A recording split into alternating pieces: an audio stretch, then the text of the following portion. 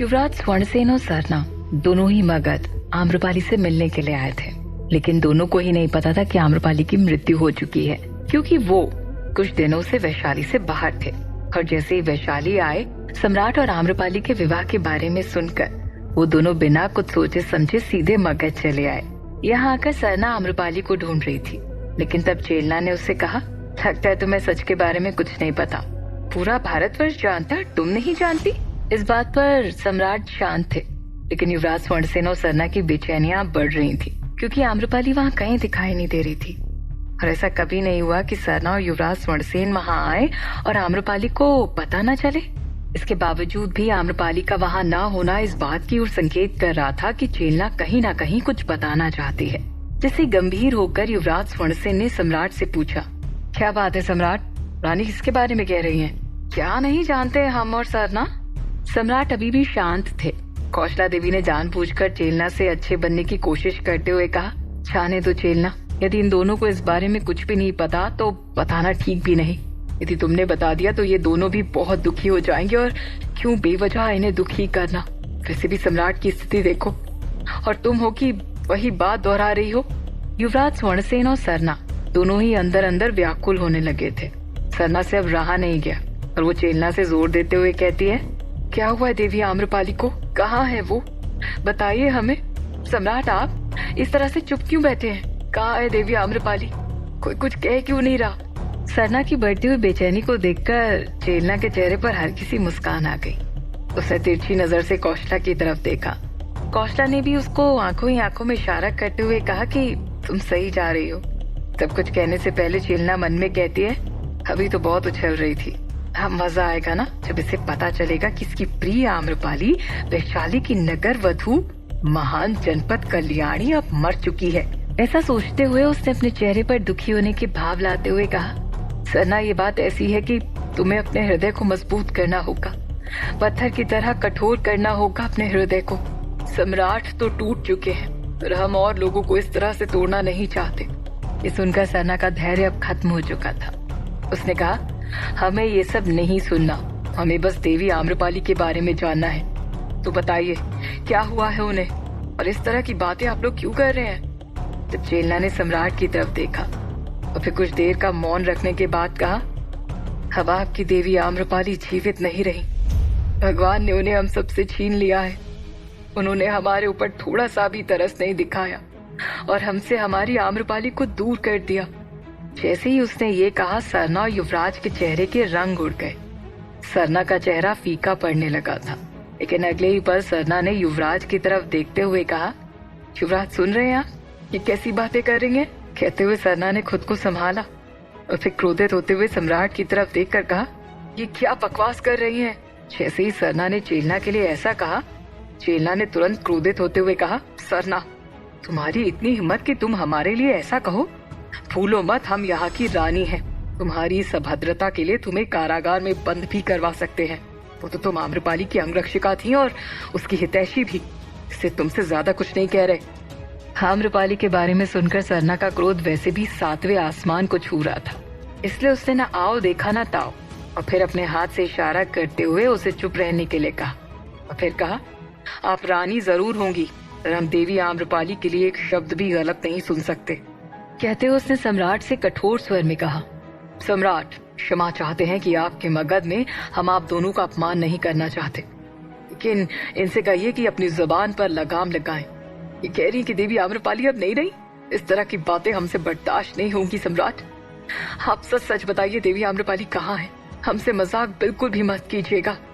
सम्राट ने सामने खड़ी कौशला और चेलना की तरफ देखा, जो कि उन्हें ही देख रही थी। उन्हें देखकर सम्राट ने मन ही मन कहा, हम इन दोनों के सामने कुछ भी नहीं कह सकते, इसलिए हमें क्षमा करना सरना, लेकिन इस वक्त हम तुम्हें कुछ भी नहीं बता सकते। इससे थोड़ी तकलीफ अब तुम्हें भी उठानी पड़ेगी जब तक कि सच का पता नहीं चल जाता।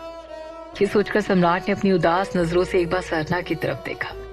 तभी युवराज स्वर्णसेन ने सम्राट पर दबाव डालते हुए कहा, बताइए सम्राट, हमें आपसे सुनना है कि सच क्या है, और देवी आम्रपाली यहाँ नहीं है तो फिर कहाँ है? आप इस तरह से खामोश रहकर हमारी बेचैनी को और बढ़ा रहे हैं। सच सच बताइए क्या हुआ है यहाँ? सरना ने युवराज स्वर्णसेन का हाथ कसकर पकड़ा हुआ था। क्योंकि वो आम्रपाली के खिलाफ कोई भी ऐसी बात नहीं सुन सकती थी जो कि उसे आम्रपाली से दूर करे। कौशला सम्राट की तरफ देख रही थी। उसने मन में कहा, हमें पहली बार सम्राट के ऊपर दया आ रही है। बेचारे ऐसी हालत में है कि अब किसी से कुछ कह भी नहीं सकते।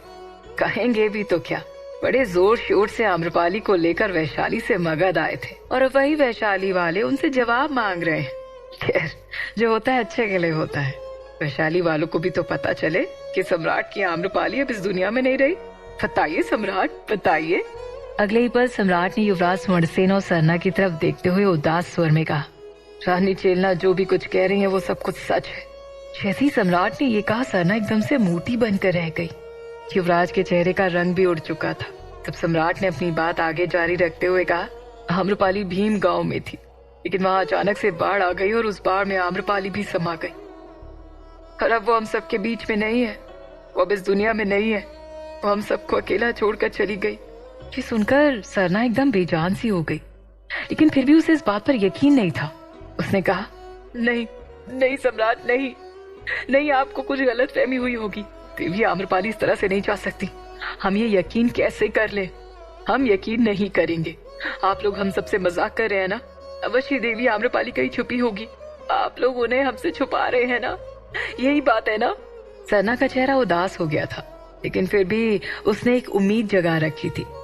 सम्राट को सरना की स्थिति देखकर बहुत बुरा लग रहा था, लेकिन कौशला और चेलना की वजह से उन्हें ये सब कुछ करना पड़ रहा था। उन्होंने सरना से कहा, हम समझ सकते हैं आपके ऊपर क्या बीत रही होगी। भला जब शरीर से आत्मा दूर हो जाए तो कितनी तकलीफ होती है, हम समझ सकते हैं। लेकिन हमने ये स्वीकार कर लिया है।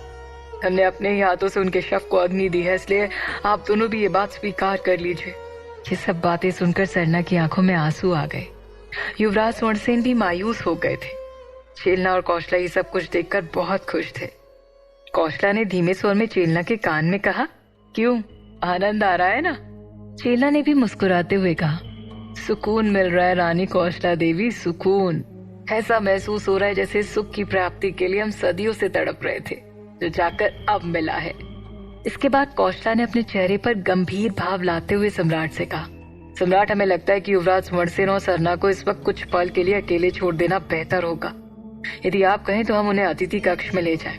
इतनी दूर से सफर तय करके आए और आते ही उन्हें ये खबर मिल गई। उनके हृदय पर जो बीत रही होगी वो उनसे बेहतर कोई नहीं समझ सकता होगा। कौशला की बात पर सम्राट ने सिर्फ हाँ में सिर हिला दिया।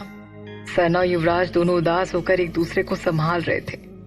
तब सम्राट ने उन दोनों से कहा, आप दोनों से हम बाद में मिलते हैं, तब तक के लिए आप खुद को संभालिए। इसके बाद सम्राट वहां से चले गए और कौशला उन दोनों को लेकर बड़े प्रेम से अतिथि कक्ष में चली गई और वहां से वापस लौट आई। कक्ष में आकर सरना घुटनों के बल बैठकर फूट फूट कर रोने लगी। तभी युवराज स्वर्णसेन उसके पास आए। वो जानते थे कि सरना को संभाल पाना बहुत मुश्किल होगा। तभी सम्राट ने प्रवेश किया। सम्राट को देखते ही सरना का क्रोध फूट पड़ा। उसने कहा, आपने तो वचन दिया था ना हमें कि आप देवी आम्रपाली का ध्यान रखेंगे, उन्हें कोई भी कष्ट नहीं होने देंगे। फिर ये सब क्या है? सम्राट, हम तो यहाँ उनका और आपका विवाह देखने आए थे, लेकिन यहाँ तो हमें कुछ और ही सुनने को मिल रहा है। हमने ऐसी उम्मीद कभी नहीं की थी आपसे सम्राट। सम्राट शांत खड़े थे। उन्होंने कोई जवाब देने के बजाय सबसे पहले उनके कक्ष का द्वार बंद किया। सरना और युवराज स्वर्णसेन उनकी ही तरफ देख रहे थे। दरवाजा बंद करने के पश्चात एकदम शांत लहजे में सम्राट उन दोनों के समीप आए और उनकी तरफ अपनी गंभीर नजरों से देखते हुए कहते हैं, कभी कभी किसी की सुरक्षा इतनी महत्वपूर्ण हो जाती है कि उसके लिए बड़े से बड़े झूठ बोलने पड़ते हैं। सरना, इसलिए खुद को संभालो। सम्राट की इस बात पर सरना को कुछ समझ नहीं आया। उसने अपने उदास स्वर में कहा, अब कहना क्या चाहते हैं सम्राट?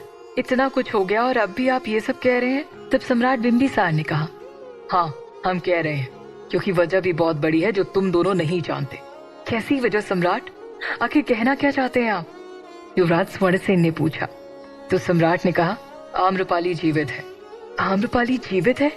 ये सुनकर जहाँ सरना की जान में जान आई तो वहीं युवराज को किसी गंभीरता का आभास हुआ।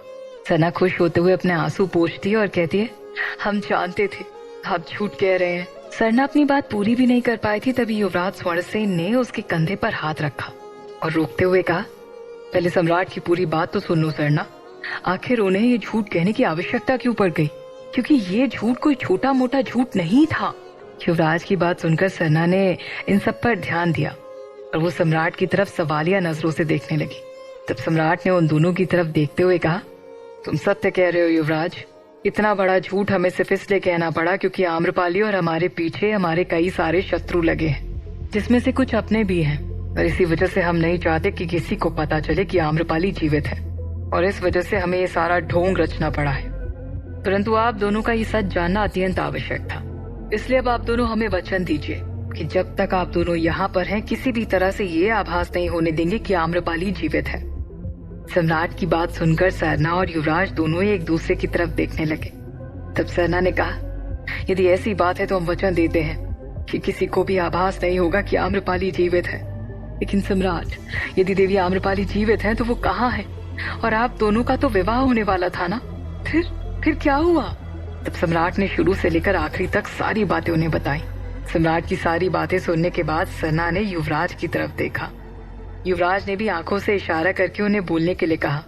तब सरना सम्राट से अपने कड़क स्वर में कहती है, यदि ऐसा है तो हम देवी आम्रपाली की कसम खाते हैं कि यहाँ से निकलकर हमें जब तक देवी आम्रपाली नहीं मिल जाती वापस लौटकर वैशाली नहीं जाएंगे और ना ही मगध आएंगे, और देवी आम्रपाली को ढूंढने की पूरी कोशिश करेंगे।